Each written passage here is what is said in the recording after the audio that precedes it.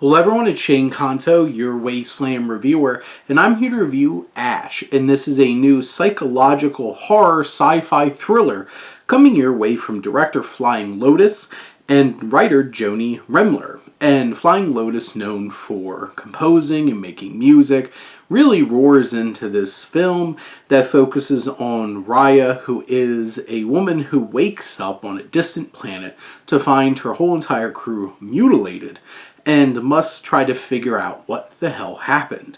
And this film, I think Lotus really leans into the roots with just this really atmospheric, synthy, John Carpenter influenced score that just really sets the tone and the atmosphere. It's eerie, it's unnerving, it's cool. You have that. And then the visual stylings of this film, you have cinematographer Richard Bluck, who really delivers something so engrossing and eerie and haunting. The visuals, there's a lot of very dynamic and very inspired visuals, whether it's what this planet looks like, what's happening with this planet, some of these more grotesque elements of what... There's a few jump scares where Raya sees like these grotesque looking entities popping up and all of these kinds of things. This film is all vibes and all atmosphere. It has that like midnight cult classic kind of horror vibe written all over it. And from a directing standpoint, this film is fully engrossing. It is something that feels so very much like an idiosyncratic manifestation of a vision and how it's brought to life on screen.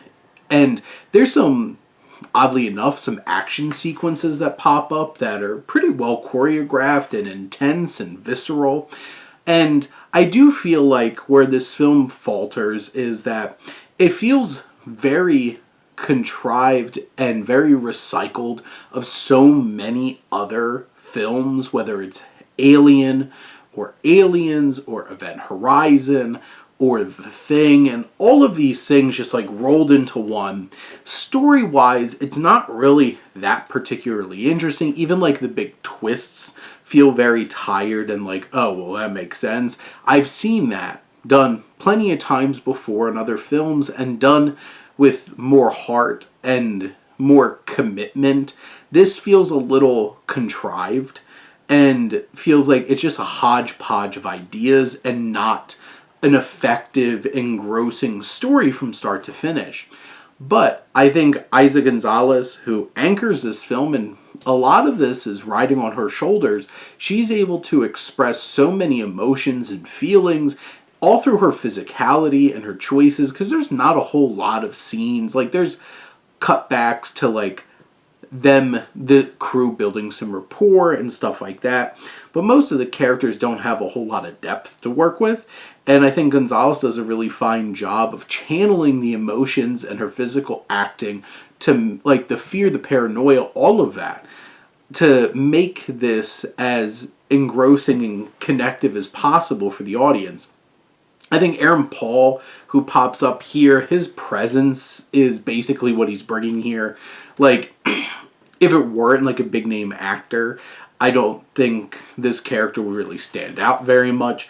Iko Uwais, who was from like The Raid, he gets some moments to shine with his physicality in one particular action sequence, but I think this film really lives on in its body horror, its makeup, its cinematography, its visual effects, and just the expression of visual ideas and dynamic choices, and the music, and Gonzalez really anchoring it all down.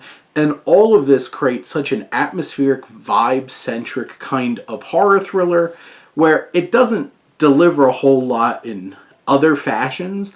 But if you're looking for that vibe check of just how engrossing and unnerving this experience can be, this delivers. And I'm sure a lot of people get enough out of that. But those are my thoughts on Ash. Let me know what you think and let's talk some movies. But thank you as always for tuning in, supporting your Wasteland Reviewer.